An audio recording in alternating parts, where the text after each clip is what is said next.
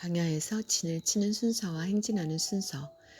진을 치는 순서 첫 번째, 시내산에서 성막을 건축한 후 이스라엘 백성의 삶은 이제 성막 중심의 삶으로 바뀌게 됩니다. 그 모든 위치와 순서는 사람이 임의대로 정한 것이 아니라 하나님께서 정하시고 말씀하신 그대로 된 것입니다. 공간적으로나 내용적으로나 성막과 그곳에 계신 하나님께서 이스라엘의 중심입니다. 특히 광야 생활 중에 이스라엘은 진의 형태로 이동했는데 진은 동서남북 사방에 세 지파씩 12지파를 배치하고 그 안쪽에는 레위 지파의 자손들을 동서남북으로 배치하였으며 맨 안쪽에 성막이 위치하였습니다. 이스라엘이 쳤던 진의 크기를 정확히는 알기 어려우나 41번째 진쳤던 장소 모압 평지에 대하여 민수기 33장 49절에는 요단가 모압 평지에 진이 베더시못에서부터 아벨시팀에 미쳤었더라라고 기록하고 있습니다. 베더시못에서 아벨시팀까지는 대략 8km 거리이므로 이스라엘 각 지파는 성막을 중심으로 도보로 대략 1시간 거리 내에 있었음을 알 수 있습니다. 공간적으로 성막이 진의 동심원의 중심에 위치하고 이를 중심으로 레위의 자손들과 이스라엘이 사방으로 배치된 형태입니다. 동서남북 어느 쪽이든 동일하게 진의 중앙에 있는 성막으로 나올 수 있고 그곳에서 하나님을 만날 수 있습니다. 그러므로 하나님의 성막이 중심이 된 진 안은 거룩한 공간이며 일체의 부정이나 죄가 병존할 수 없습니다.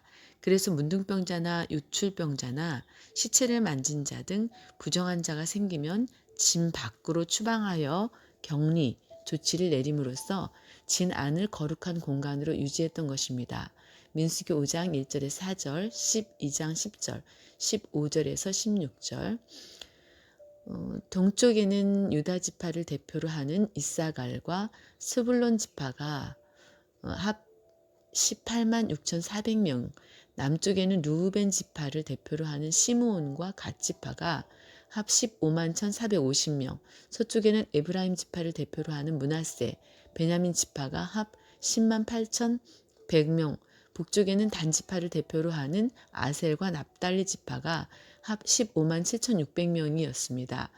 민수기 1장 20절에서 43절, 2장 9절, 16절, 24절, 31절 이렇게 해서 모세와 아론 그리고 12지파를 대표하는 족장이 12인이 계수한 결과 레위 지파를 제외하고 20세 이상으로 싸움에 나갈 만한 자가 총 60만 3,550명이었습니다.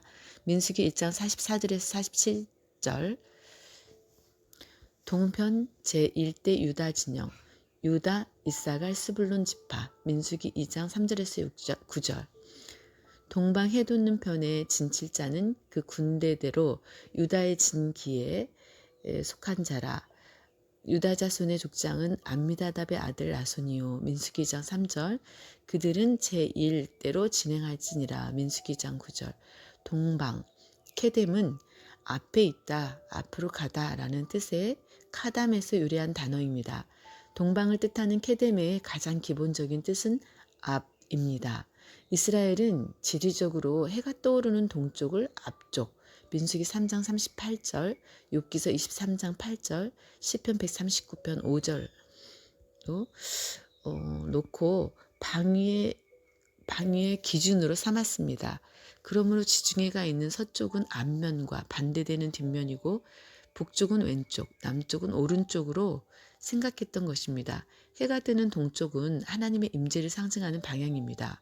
시편 84편 11절 유다 지파가 동편 진영에서 맨 우측 대열에 섰으며 이사갈 지파는 그 좌측 곁에 그리고 그 다음으로 스불론 지파가 진을 쳤을 것으로 추정됩니다. 민수기 2장 9절에서 제1대로 리숀은 머리, 여호수아 2장 19절 꼭대기 이 창세기 11장 4절, 사사기 9장 7절을 뜻하는 로시에서 파생한 말로 이는 장소적 의미뿐만 아니라 순서나 시간적인 의미에 있어서도 첫째 여호수아 21장 10절, 역대상 24장 7절, 으뜸,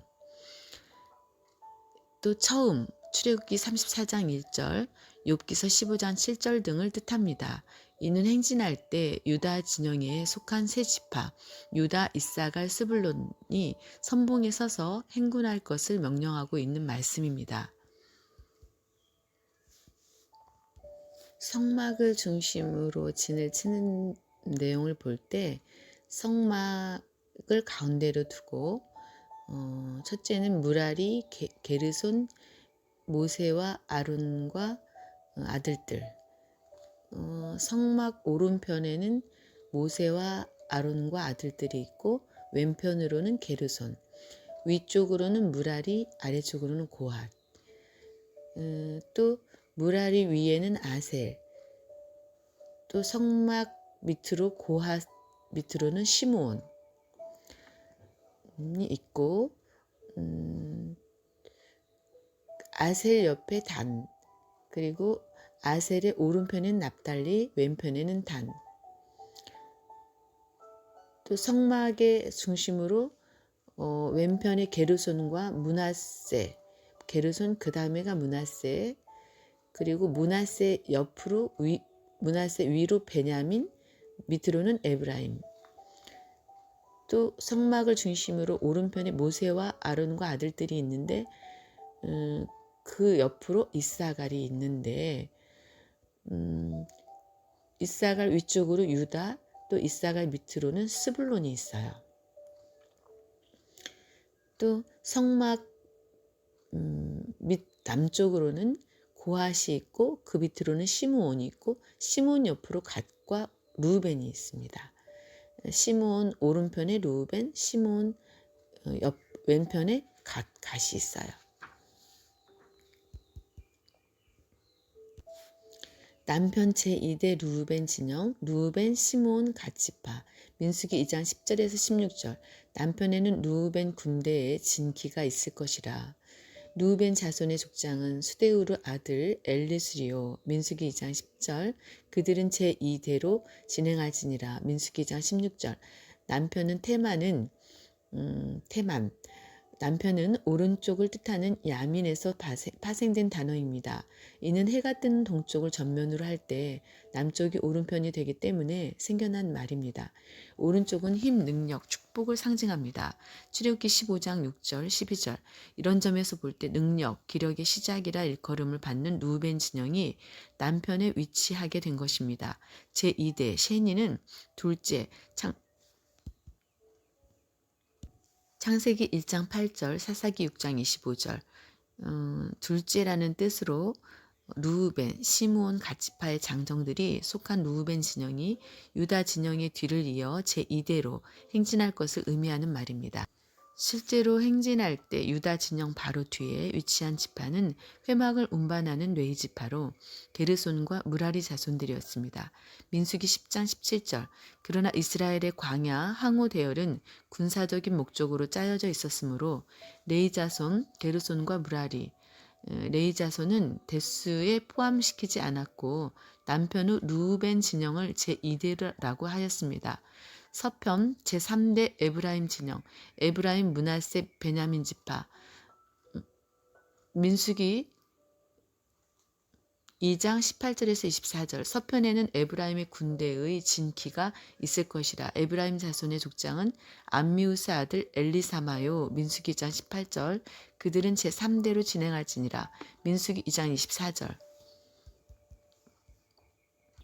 서쪽 얌은 바다를 가리키는 말입니다. 이스라엘 나라에서 볼 때 큰 바다인 지중해가 서쪽에 있기 때문입니다.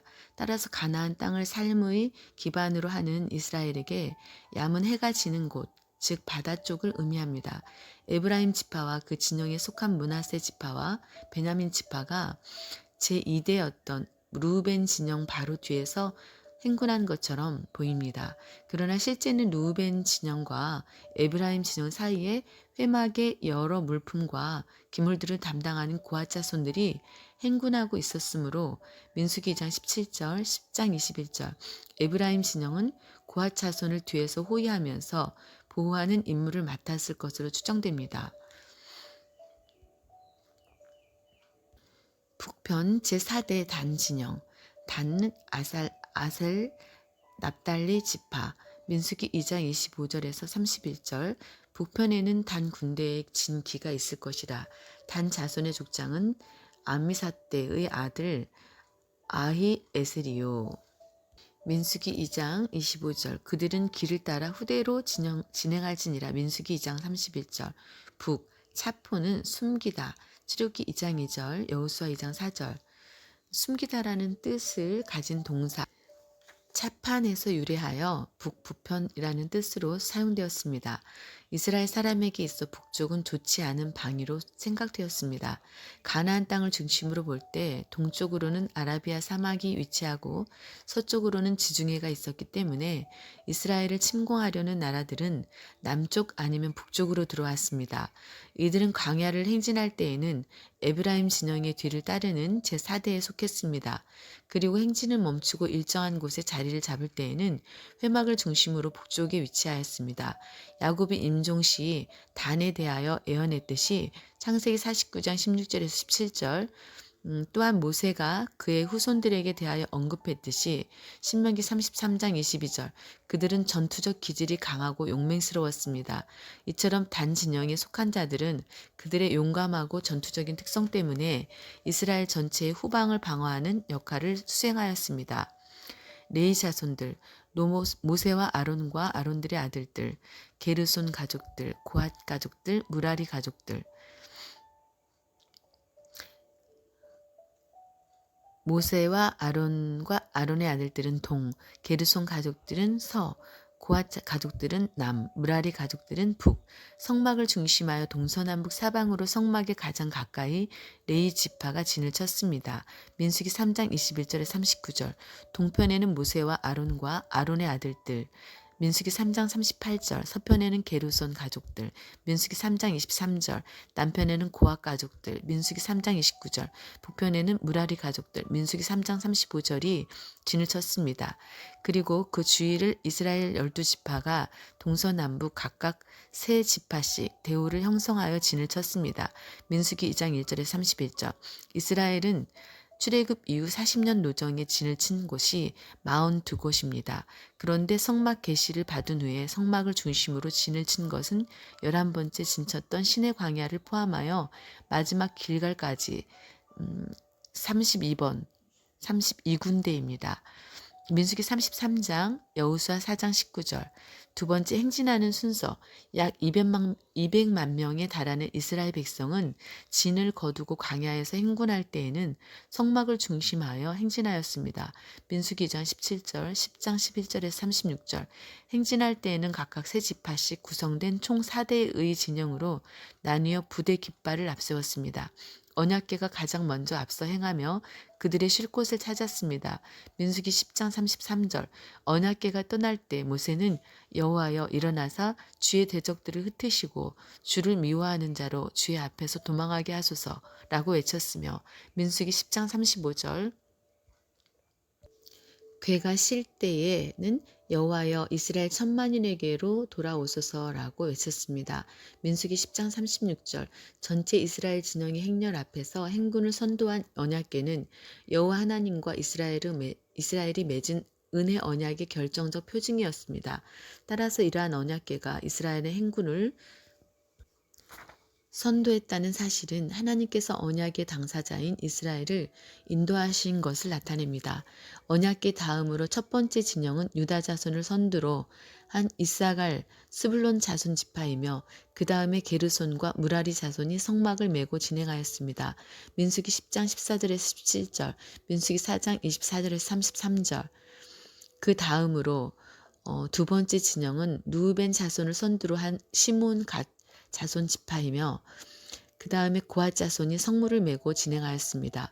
민수기 10장 18절에서 21절, 민수기 4장 4절에서 16절, 고앗 자손은 행군 시에 앞서가는 두 진영, 즉 유다 진영과 루우벤 진영의 뒤, 그리고 뒤따라오는 에브라임 진영과 단 진영의 앞에 위치하여 네 진영의 보호를 받을 수 있었습니다.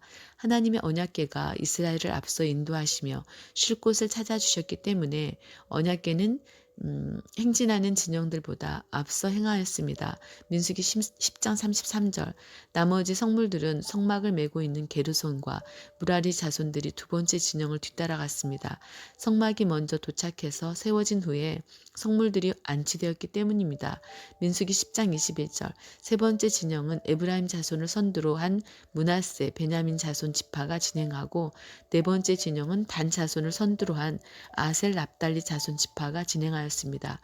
민수기 10장 22절에서 27절. 이와 같이 이스라엘 자손은 진행할 때에 그 군대를 따라 나아갔습니다. 민수기 10장 14절, 18절, 22절, 25절, 28절. 이처럼 성막과 성물은 이스라엘 각 지파 사이사이에 끼어 이동하였습니다. 이것은 성막과 성물을 철저히 보호해야 한다는 사실과 하나님의 백성은 항상 성막 중심의 삶을 살아야 함을 가르쳐 줍니다. 오늘날 예수 그리스도를 믿고 구원받은 성도들 역시 주님의 몸된 교회를 철저히 보호하며 교회 중심주의로 살아야 할 것입니다.